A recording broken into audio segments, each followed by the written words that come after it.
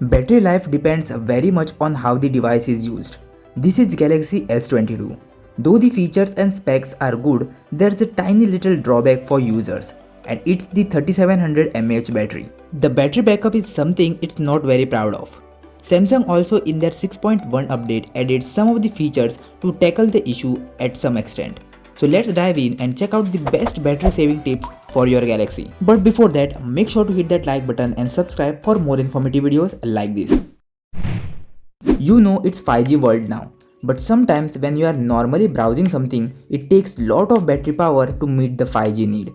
But it's a little bit of hectic process to go to setting, then in connection, mobile networks and turn off the 5G setting. So what I have done is very simple.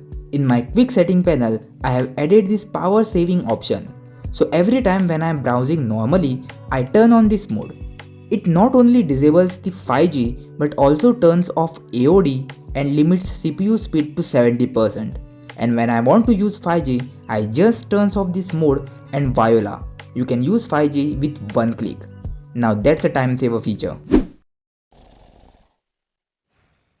We all have lots of apps stored in our device, but we hardly use all of them.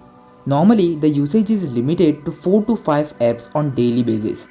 But the remaining apps on the other hand feeds on your battery in the background, which is very much unnecessary. So to prevent this, go to settings, then choose battery and then open background usage limits. Now turn on this unused apps to sleep option. It will limit the battery usage for those apps which you hardly use. You can also put some of the apps to deep sleep like this, which you use once in a blue moon. Deep sleep will prevent apps to run in background and they'll only work when you open them. And that surely will save a lot of your battery. Charging the phone overnight and not properly taking care of charging cycles will reduce the battery health, resulting in battery draining problems. So it's vital to take care of battery health before it's too late. So go to settings, then open battery section. And here open battery protection.